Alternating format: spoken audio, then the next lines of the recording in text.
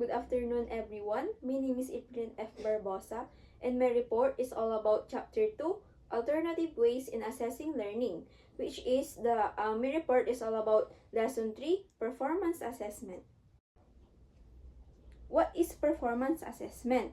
Performance assessment is an assessment activity or set of activity that requires a student to generate products or performance that provides direct or indirect evidence of their knowledge, skills, and abilities in academic, content, domain, and then it provides teachers with information about how well a student understand and applies knowledge. So, dito sa performance assessment, ito yung as a teacher, nasusukat natin kung hanggang saan na ba yung kakayahan ng bata at kung paano ba sila mag-perform sa loob ng classroom.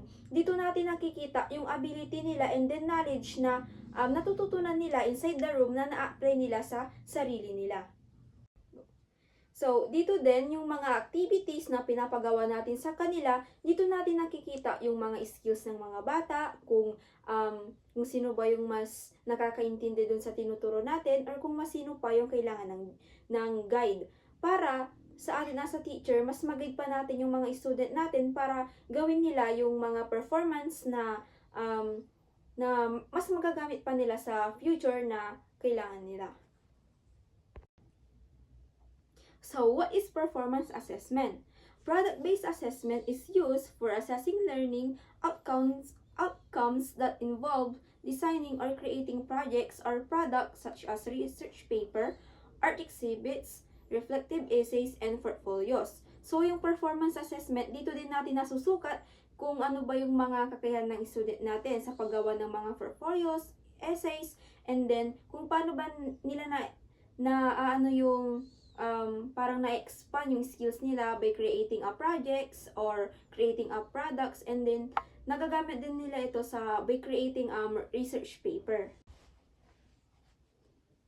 So, what is performance assessment? On the other hand, performance-based tasks include actual performance of making those products such as carrying out laboratory experiments, exhibiting creative and artistic talent such as dancing, painting, and playing a musical instrument, and demonstrating writing skills through extemporaneous essay writing, articles, review, and then reflective papers. So, yung sa performance assessment, 'di ba? Sabi ko nga kanina, dito natin makikita kung paano ba nila na-apply yung mga natututunan nila inside the room para sa mga future na gagawin pa nilang mga activities. So, yung mga nabanggit ko is kasali siya doon sa may performance assessment. Both product-based and performance-based assessment provides information that have a student understand and applies knowledge and involve hands-on tasks or activities that students must complete individually or in small groups. So, dito, yung dalawang assessment na ginagamit natin, which is the product-based and the performance-based, ito yung nakakatulong sa student natin para mas ma-enhance pa yung mga knowledge, skills, and abilities nila. And then, dito din, mas nagagawa nila to, example, individually, by their own, or by small groups. Nakakatulong din ito sa cooperation sa class. Below are the examples of product-based and performance-based assessments. So, types. A. Product-based assessment. Ito yung mga visual products, kinesthetic products, and then written products, and then verbal products. So, example dito yung mga charts, and then sa kinesthetic products is the dramas, puzzles, and then the written products is yung mga journals, diaries, and then etc. The verbal products is sample of the scripts or the voice. Similar to performance assessment is the concept of authentic assessment.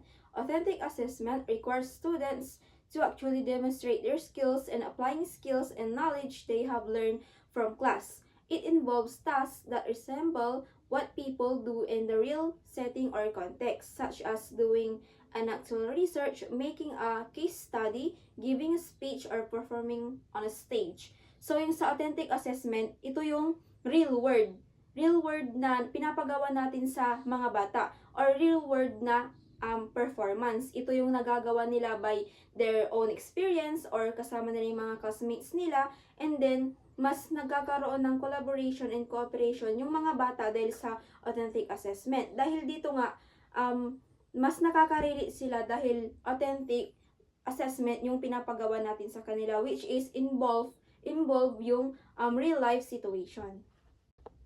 So these are the examples: performance-based assessment, oral presentation or demonstration, dramatic creative performance, public speaking, and then skills demonstration or competition. So yung mga nabanggit ko, ayun yung mga authentic assessment na pinapagawa natin sa mga students natin, and then by doing that, mas nagiging open sila sa mga pinag-aaral nila, and then example sa sarili nila, and then sa mga nakapaligid sa kanila, like example peer or the teachers or in the people.